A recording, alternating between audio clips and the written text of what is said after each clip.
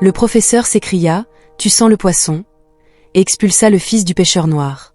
Le lendemain, la Bentley de son père s'arrêta devant l'école. « Monsieur Thomas, l'odeur qui émanait de votre bureau dérangeait toute la classe. » La voix de l'enseignante, Barbara Winter, traversa le silence de la salle comme une lame aiguisée. 40 élèves se tournèrent immédiatement vers Marcus Thomas, assis à l'avant-dernier rang. Le garçon de 16 ans, à la peau foncée et aux cheveux courts et bouclés, déglutit avec difficulté. Ses larges épaules se raidirent sous le t-shirt uni qu'il portait. Il était arrivé en retard ce matin-là, ayant aidé son père à décharger le bateau avant l'aube, une routine qu'il suivait depuis des années pour subvenir aux besoins de leur famille. « Je suis désolé, professeur. J'avais pris une douche avant de venir. » « La douche ?» interrompit Barbara avec un rire bref et cruel. « Tu sens le poisson, Thomas. » C'était dégoûtant. Elle se pinça dramatiquement le nez avec ses doigts ornés de bagues coûteuses. « Lève-toi et sors de ma classe maintenant. Revenez quand vous aurez appris les bases de l'hygiène personnelle. » Le silence qui suivit fut assourdissant. Certains élèves rirent nerveusement, tandis que d'autres détournèrent le regard, gênés. Marcus resta immobile quelques secondes, son visage n'étant qu'un masque de dignité blessée. Malgré ses 16 ans, son regard trahissait une maturité forgée par le travail acharné depuis l'enfance. « J'ai dit, sortez. » L'enseignante frappa du poing sur le bureau, son visage déformé par une expression de dégoût. Les gens disaient, il faut qu'il comprenne sa place. C'est un établissement d'enseignement, pas un marché aux poissons. Marcus se leva lentement, ignorant les murmures et les ricanements. Il rassembla ses livres avec un soin méticuleux, comme si chaque geste était calculé pour préserver sa dignité. En se dirigeant vers la porte, il ressentit le poids des regards discriminatoires qui le suivaient, une réalité à laquelle il était douloureusement habitué depuis son premier jour dans cette école privée, où sa présence était perçue comme une anomalie.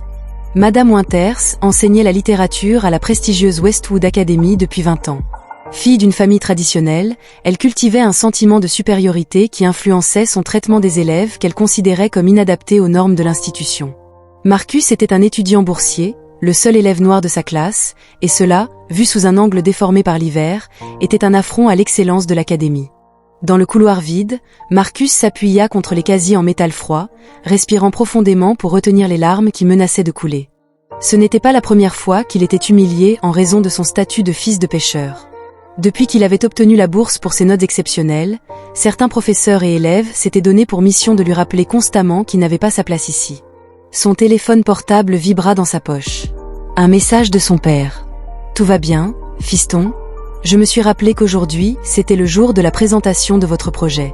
Fier de toi. » Marcus regarda le message, un sourire triste se dessinant sur ses lèvres.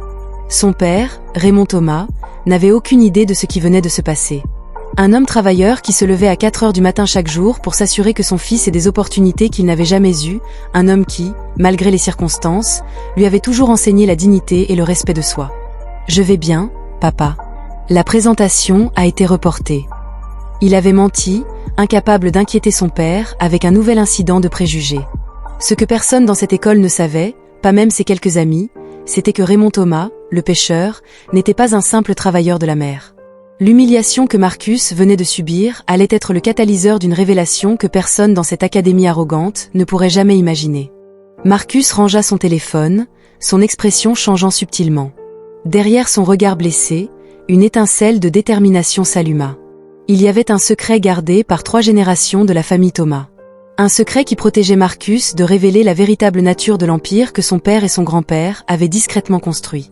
Si cette histoire de préjugés et d'humiliation vous a touché le cœur, assurez-vous de vous abonner à la chaîne pour découvrir comment un simple moment de discrimination se transformerait en la plus grande leçon que l'école puisse jamais recevoir, et comment l'arrogance d'une enseignante serait confrontée à une réalité qu'elle n'aurait jamais pu prédire. Marcus passa le reste de la journée à éviter les regards curieux des autres élèves. Pendant le déjeuner, il s'assit seul dans un coin isolé de la cafétéria, juste pour observer. Son esprit, cependant, n'était pas vaincu. Il s'agissait de calculer, de planifier, de décider. « Puis-je m'asseoir ici ?» Une voix interrompit ses pensées. C'était Gabriela Santos, la rédactrice en chef du journal étudiant. Grande, avec des lunettes rondes et un comportement confiant, Gabriela était l'une des rares personnes à avoir traité Marcus avec un véritable respect depuis son premier jour. « J'ai entendu parler de ce qui s'est passé dans la classe de Winter, dit-elle en baissant la voix. Ce n'était pas la première fois qu'elle agissait ainsi. L'année dernière, elle avait humilié un étudiant boursier amérindien jusqu'à ce qu'il abandonne l'école. Marcus hocha lentement la tête. Cela ne m'arrivera pas. Gabriella sourit, une étincelle d'admiration dans les yeux. C'est pour ça que je suis ici. Le journal consacre un article à la discrimination subtile au sein du corps enseignant. Des témoignages anonymes, bien sûr. Elle glissa un petit magnétophone sur la table. Si tu veux raconter ton histoire. À ce moment-là, de l'autre côté de la cafétéria, la professeure Winters observait l'échange avec dédain. Se penchant vers la principale Adrienne Reynolds, elle murmura « Regardez-moi ça. Ce petit poisson contamine déjà les autres élèves avec son drame. J'aurais dû refuser cette bourse quand j'en avais l'occasion. » Le directeur Reynolds, un homme d'âge moyen avec une expression perpétuellement fatiguée, dit « Barbara, nous devons être plus prudents. L'école a une politique de diversité à respecter. » Elle rit avec mépris. Ce garçon ne devrait même pas être ici. Ses parents ne savent probablement pas lire. C'est un gaspillage de ressources qui pourrait être consacré à des étudiants qui feront réellement quelque chose de leur vie. Ce qu'ils ne réalisaient pas, c'est que leur voix résonnait plus qu'ils ne l'imaginaient dans la cafétéria à moitié vide. À quelques mètres de là, Gabriella avait laissé le magnétophone en marche, capturant chaque mot préjudiciable. Après l'école, Marcus se dirigea vers l'arrêt de bus lorsqu'une Bentley noire brillante s'arrêta sur le trottoir devant lui. La lunette arrière s'abaissa doucement, révélant un homme d'âge moyen avec des yeux identiques aux siens. « Monte, mon fils », dit Raymond Thomas avec un sourire fatigué. « Ta mère m'a appelé. Elle m'a dit que tu avais l'air déprimé quand elle lui a parlé plus tôt. » Marcus hésita. « Je ne voulais pas te déranger en pleine journée de travail. »« Tu ne me déranges jamais », répondit Raymond alors que le chauffeur ouvrait la porte. « En plus, il faut qu'on parle. » L'intérieur de la Bentley respirait un luxe discret. Cuir souple, bois poli, technologie de pointe parfaitement intégrée au design. Ce n'était pas la première fois que Marcus était dans cette voiture, mais il le faisait rarement près de l'école. Cela faisait partie de l'accord familial, garder les apparences, vivre modestement, protéger l'héritage. Alors que le véhicule glissait dans la circulation, Raymond observait son fils attentivement. Que s'est-il passé aujourd'hui ? Marcus finit par laisser tomber son masque. Ses yeux se remplirent de larmes tandis qu'il racontait l'humiliation publique, les préjugés à peine voilés, les paroles cruelles. Raymond écoutait en silence, son visage exprimant un mélange complexe de douleur, de colère et de détermination. « Je suis fatigué, papa », avoua Marcus. Fatigué de prétendre être moins que ce que je suis. Fatigué de supporter ça, je n'attirerai pas l'attention et je ne ferai pas profil bas. Raymond hocha lentement la tête, ses doigts tambourinant sur l'accoudoir. Sais-tu pourquoi j'ai choisi de vivre ainsi ? Pourquoi je suis resté sur le bateau même après avoir créé l'entreprise ? Pour m'apprendre la valeur du travail acharné, répondit automatiquement Marcus, répétant ce qu'il avait entendu pendant des années. En partie, sourit Raymond. Mais surtout parce que la mer me pousse à l'honnêteté. Quand je suis au large, je ne suis qu'un pêcheur comme les autres luttant contre les vagues. L'argent ne signifie rien là-bas. Les poissons se fichent que vous arriviez en hors-bord ou en yacht de luxe. La voiture s'arrêta devant un immeuble moderne du centre financier de la ville, le siège de Thomas Marine Enterprises, l'une des plus grandes entreprises de produits de la mer durable du pays, avec des filiales sur 3 continents. Mais parfois, poursuivit Raymond, son ton changeant subtilement, il faut rappeler à ceux qui confondent humilité et faiblesse qu'ils commettent une grave erreur. À l'intérieur du bâtiment, père et fils furent accueillis avec un respect immédiat. Des cadres en costumes impeccables saluèrent de la main. Les secrétaires sourirent. Les agents de sécurité se tenaient discrètement. Personne ne remit en question la présence de l'adolescent aux côtés du PDG. Tout le monde savait que Marcus Thomas était l'héritier d'un empire bâti de toutes pièces. Dans le bureau principal, avec une vue panoramique sur la ville, Raymond était assis dans un fauteuil symbolisant un empire de 500 millions de dollars. Demain, j'ai une réunion avec le conseil d'administration de la Westwood Academy. J'ai été l'un de leurs principaux donateurs anonymes depuis 5 ans, même si seul le principal Reynolds le sait. Marcus écarquilla les yeux. Pourquoi ne m'as-tu jamais rien dit ? Parce que je voulais que tu gagnes ta place par tes propres mérites, pas grâce à notre nom de famille. Je voulais que tu connaisses la vraie vie avant de connaître les privilèges. Raymond sourit tristement. Mais peut-être était-il injuste de t'exposer à ce genre de préjugés pendant si longtemps. Pendant ce temps, dans la colocation où elle vivait, Gabriella écoutait l'enregistrement en boucle.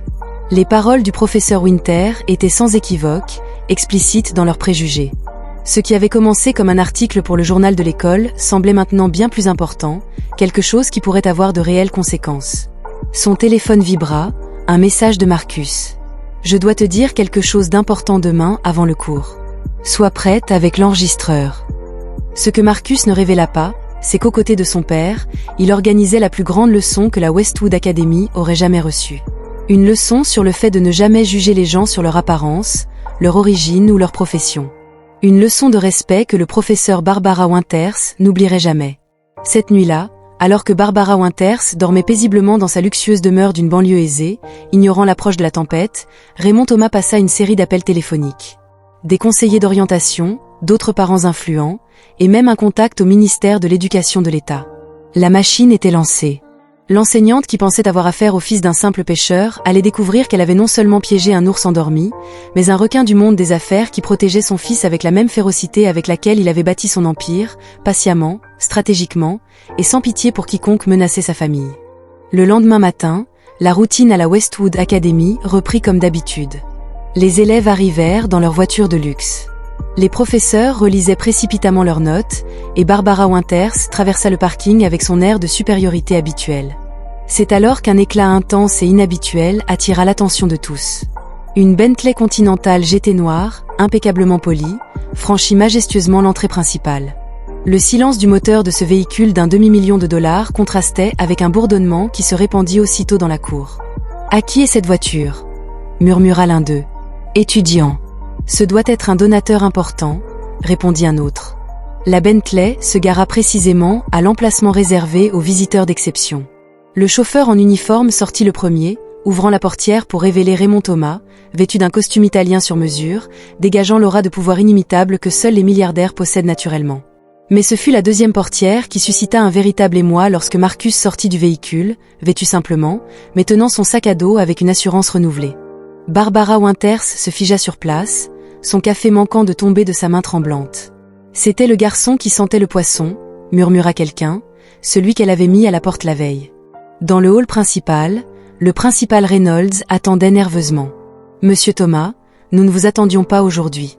La réunion du conseil d'administration n'était pas prévue avant. »« J'ai décidé de venir tôt », interrompit calmement Raymond. « Je veux voir comment mon fils est traité dans les classes ordinaires. » Winters s'approcha avec un sourire forcé. « Monsieur Thomas, c'est un plaisir de vous rencontrer.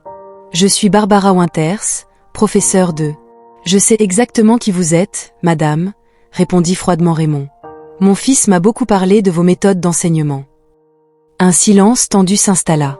Élèves et professeurs formaient un demi-cercle, observant la scène avec fascination. J'ignore ce que Marcus a pu dire, mais je vous assure que je maintiens les plus hauts standards d'excellence. Raymond conclut. Oui, j'accorde également de l'importance à l'excellence. C'est pourquoi j'ai investi des millions dans l'éducation de mon fils, y compris des dons substantiels à cette académie. C'est intéressant qu'il n'en ait jamais parlé, n'est-ce pas?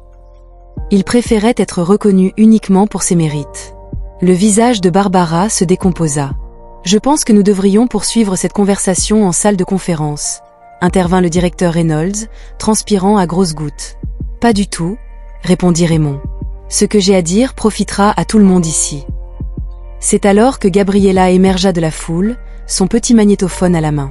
« Monsieur Thomas, j'ai quelque chose à vous dire. » Avant que quiconque puisse intervenir, elle appuya sur le bouton de lecture. La voix cristalline de Barbara Winters résonna dans le hall. « Regardez-moi ça.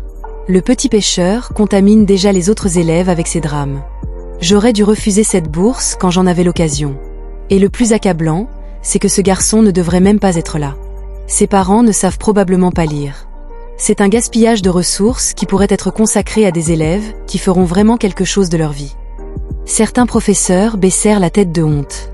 Barbara avait l'air foudroyée. « Cela a été sorti de son contexte, » balbutia-t-elle.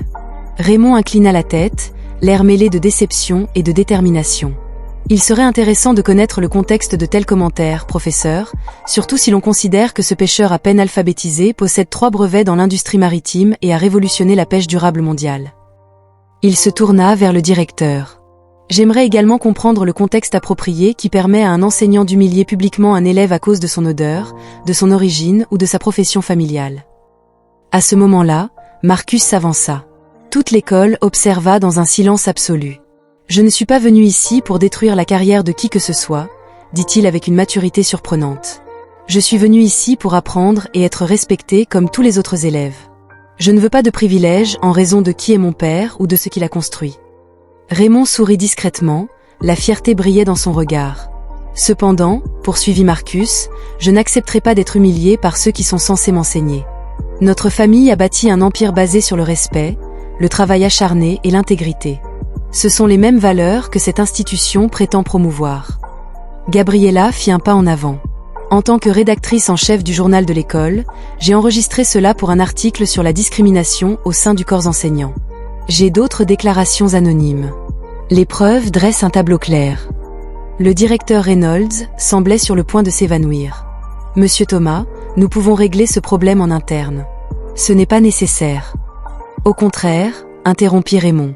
Il y a tout lieu de le faire. » Il sortit une élégante enveloppe de sa poche intérieure. « Mon don annuel à la Westwood Academy. 5 millions de dollars, sous réserve de la mise en œuvre immédiate d'un programme antidiscrimination et d'une révision complète des politiques disciplinaires de l'établissement. » Il fixa directement Barbara Winters et exigea la suspension immédiate de tout enseignant ayant des antécédents avérés de comportements discriminatoires, en attendant une enquête officielle. Le silence était assourdissant. L'humiliation dans le regard de Barbara Winters était palpable, la même humiliation qu'elle avait infligée à tant d'élèves au fil des ans. Au centre de ce couloir, où régnait autrefois la discrimination déguisée en tradition, une nouvelle réalité prenait forme.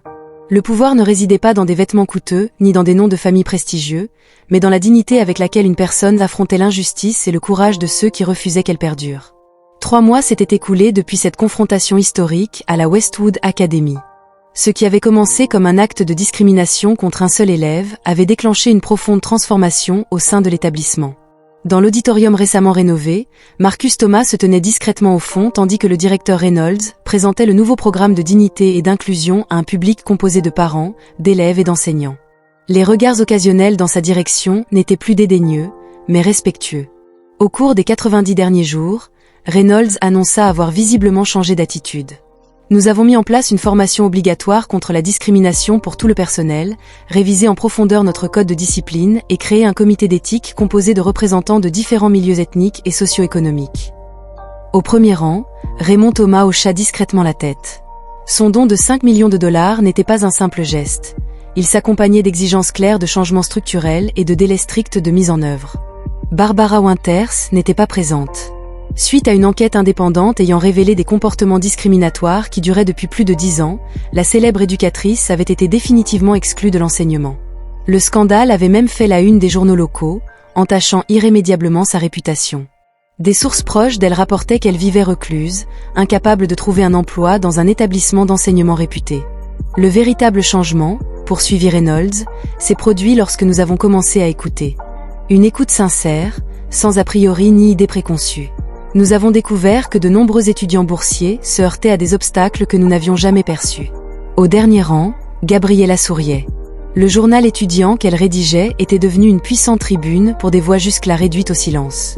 Sa série de reportages, Invisible Among Us, avait reçu une reconnaissance nationale et une bourse de journalisme d'investigation. Après la cérémonie, Marcus était entouré de camarades de classe qu'il avait jusque-là à peine remarqués. Parmi eux se trouvait Charlotte Williams, la présidente du conseil étudiant. Le comité d'admission sollicite votre aide pour repenser le processus de sélection des bourses. Votre point de vue serait très précieux. Marcus sourit. Je serais ravi de vous aider. J'ai aussi quelques idées pour un programme de mentorat pour les nouveaux boursiers. Alors qu'il se dirigeait vers la sortie, Raymond passa un bras autour des épaules de son fils.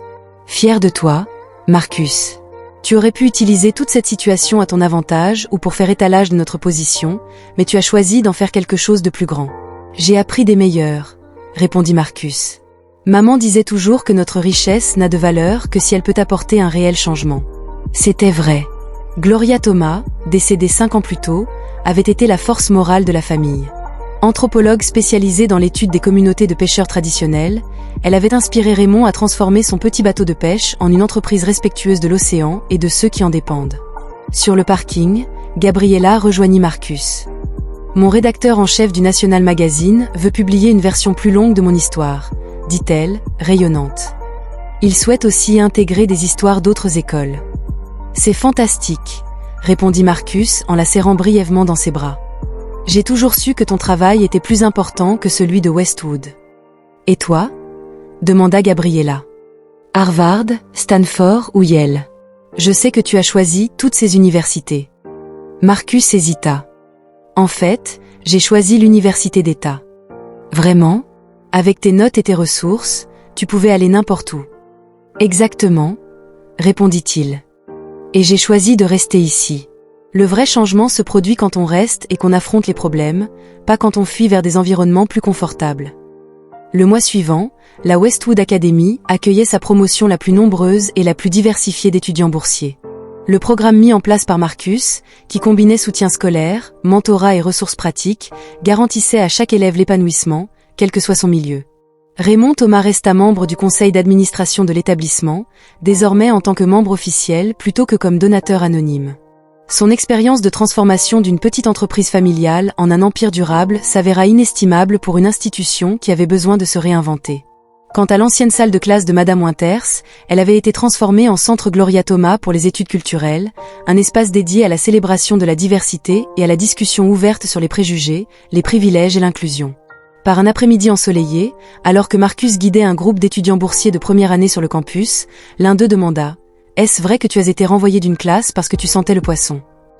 Marcus sourit. « C'est vrai. Et tu sais quoi ? La leçon la plus importante que j'ai apprise est que notre identité ne devrait jamais être une source de honte. Mon père ne pêchait pas parce qu'il y était contraint, mais parce qu'il aimait la mer et respectait ses racines. Son humilité m'a appris plus de choses sur la dignité que n'importe quel cours d'étiquette ne pourrait jamais le faire. » Le groupe s'arrêta devant une fresque nouvellement installée à l'entrée principale. Une citation de Gloria Thomas était bien en évidence.